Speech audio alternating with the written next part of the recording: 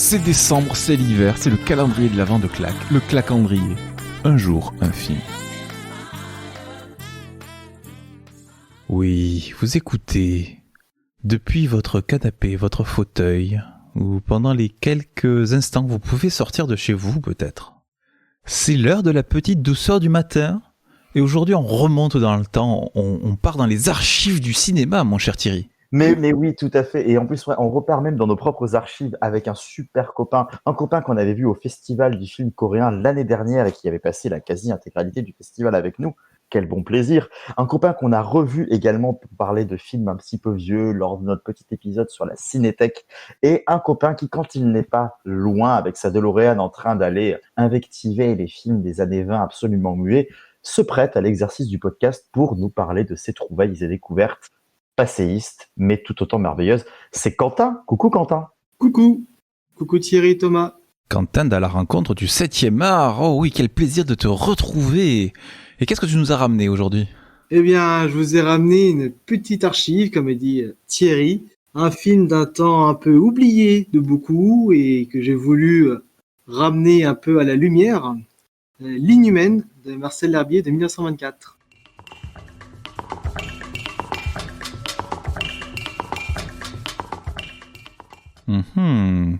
Alors, est-ce que tu peux nous en dire un peu plus sur ce film ? De quoi ça parle ? Alors, tout à fait, je vais le faire avec grand plaisir. Donc c'est un film qui parle donc notamment d'un personnage un peu mystérieux, une cantatrice renommée dans tout Paris de l'époque, une cantatrice qui s'appelle Claire Lescaut.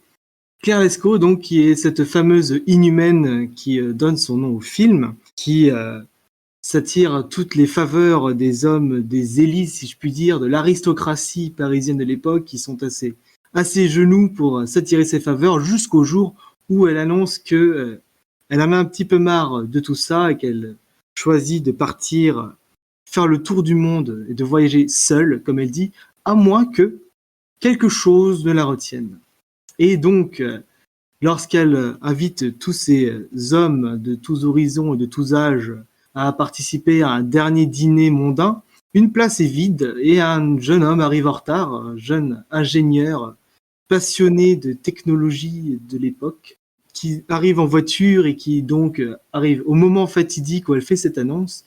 Et lui, plus que les autres, se retrouve affecté par cette nouvelle, lui qui était complètement enivré par le charme de cette femme charismatique et qui donc lui avoue, après longues hésitations et longues invectives de la part de ses concurrents, lui avoue qu'il ne supporterait pas son absence et qu'il serait prêt à se sauter la vie si elle partait sans lui.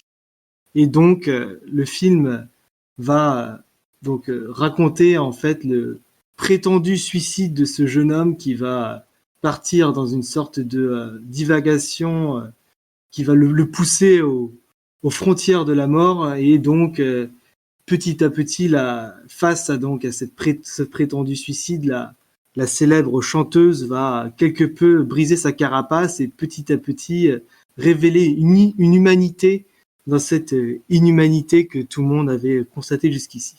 Oh ! Et pourquoi tu choisis ce film ? Eh bien, je l'ai choisi sur un coup de cœur soudain et inattendu. Je l'ai choisi pour bien des raisons.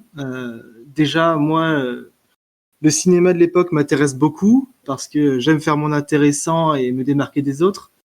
Non, plus sérieusement, parce que moi, je trouve qu'il y a vraiment beaucoup de recherches, énormément d'idées, de surprises dans ce cinéma de l'époque, notamment le cinéma français des années 20, qui était très avant-gardiste, porté par des esprits assez brillants comme Abel Gans, René Clair, Germaine Dulac et Ivan Mojoukine ou encore Marcel L'Herbier. Donc, il y a énormément d'idées, de recherches visuelles, d'esthétique, quelque chose de très, très singulier dans le cinéma de l'époque.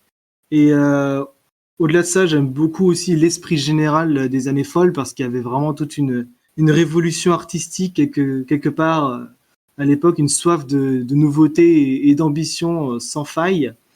Et je trouve que L'Inhumaine, c'est un des films que j'ai vu qui condense le mieux et représente le mieux en fait cet esprit en général. C'est-à-dire que pour être plus synthétique dans mon avis sur le film, si on peut peut-être, pour juste citer un défaut avant de multiplier les éloges, c'est un film qui a beau avoir un scénario simple et assez classique, il m'a complètement bluffé sur la forme. En fait, c'est simple, quand je l'ai regardé, j'ai passé mon temps à faire des captures d'écran de plans qui m'ont impressionné, séduit et marqué. Il y a vraiment une idée par plan, quelque chose de nouveau, quelque chose d'intéressant, d'intriguant, de beau. Et donc pendant 2 heures, en fait, il y a vraiment tout un ensemble d'idées géniales. Et en fait, ce n'est pas qu'une question de cinéma au sens effet visuel et purement cinématographique. C'est qu'en fait, Marcel L'Herbier, quand il a fait son film, il s'est entouré d'autres personnes importantes de l'époque dans le domaine, notamment au niveau des décorateurs. Je pense donc à Fernand Léger, Alberto Cavalcanti, Robert Mallet-Stevens et le futur cinéaste Claude Autant-Lara. Donc beaucoup de décorateurs en fait qui ont chacun eu un rôle sur un décor en particulier. Donc par exemple, si je me rappelle bien, Claude Autant-Lara avait fait le jardin d'hiver. Fernand Léger, c'est lui qui a fait le superbe décor du laboratoire de Einar, donc le jeune homme épris de la chanteuse, qui a vraiment des formes, des motifs géométriques qui évoquent vraiment le style de l'époque. C'est aussi le costumier Paul Poiret qui a fait donc les costumes du coup. Donc en fait, c'est vraiment plein d'esprits géniaux de l'époque qui se sont mis ensemble sur ce projet-là et qui donnent vraiment, pour moi, naissance à cette œuvre ultime de art déco des années 20. Et j'ai littéralement adoré parce que c'est vraiment un univers que j'adore. Ça donne très très envie. T'avais vu d'autres films de ce réalisateur ? Oui, de mémoire un autre qui est probablement son plus connu et considéré comme étant son chef-d'œuvre. Donc c'est L'Argent, qu'il a réalisé 4 ans plus tard, en 1928. Également un très bon film. Donc c'est l'adaptation en fait alors je ne sais plus si c'est une nouvelle ou un roman d'Émile Zola. Pareil, c'est un film assez long qui dure plus de 2 heures, qui a été restauré par Lobster également, qui a été restauré et édité par Lobster, comme l'Inhumaine. Et pareil, un très bon film sur alors je saurais plus exactement tout résumer parce que ça fait un petit moment que je l'ai vu, mais c'est plus comme ça l'indique, c'est sur l'argent, donc c'est le personnage principal, si je me rappelle bien, c'est un banquier d'affaires. On y retrouve également Brigitte Helm, donc qui est l'actrice principale de Metropolis, qui joue une femme riche un peu sans scrupules. Et c'est un film que j'avais trouvé assez étonnant en termes de timing, si je puis dire, parce que finalement, ça raconte vraiment les excès que peut provoquer l'argent, et c'est juste un an avant le crash de 29, donc c'est assez prémonitoire en soi. Et du coup là, comme je triche un peu parce que je regarde en même temps, mais j'en ai vu un autre de Marcel L'Herbier, un autre parce que je me disais bien qu'il y avait une faille.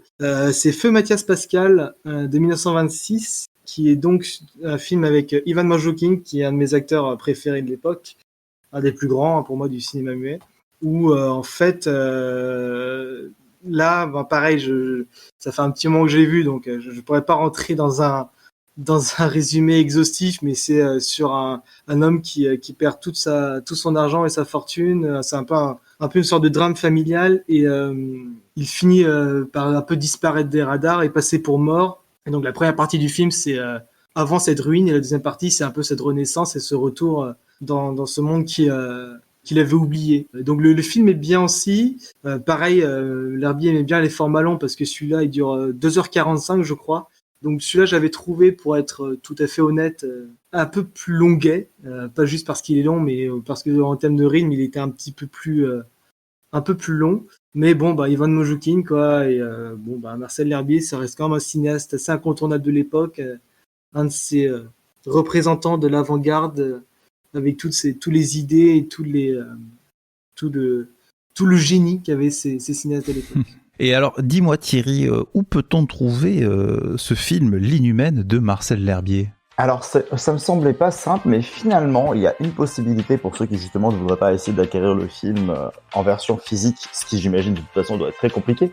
Il est disponible à la location chez Orange, donc j'imagine que par contre il faut une box évidemment du même nom, et on peut l'avoir à 2,99 ou à 8,99 en achat, et c'est en HD. Voilà. D'accord, il est pas sur la Cinétech ou un truc comme ça, d'accord. Il n'est pas indiqué comme étant sur la Cinétech, je peux peut-être me tromper, mais là, de ce que j'ai comme information, c'était que disponible sur Orange. Est-ce qu'on sait si c'est la version restaurée? Parce que tu me disais, Quentin, que le film avait été restauré récemment. Oui, alors pour compléter ce que dit Thierry, il existe une version physique qui est éditée par Lobster avec une version DVD Blu-ray.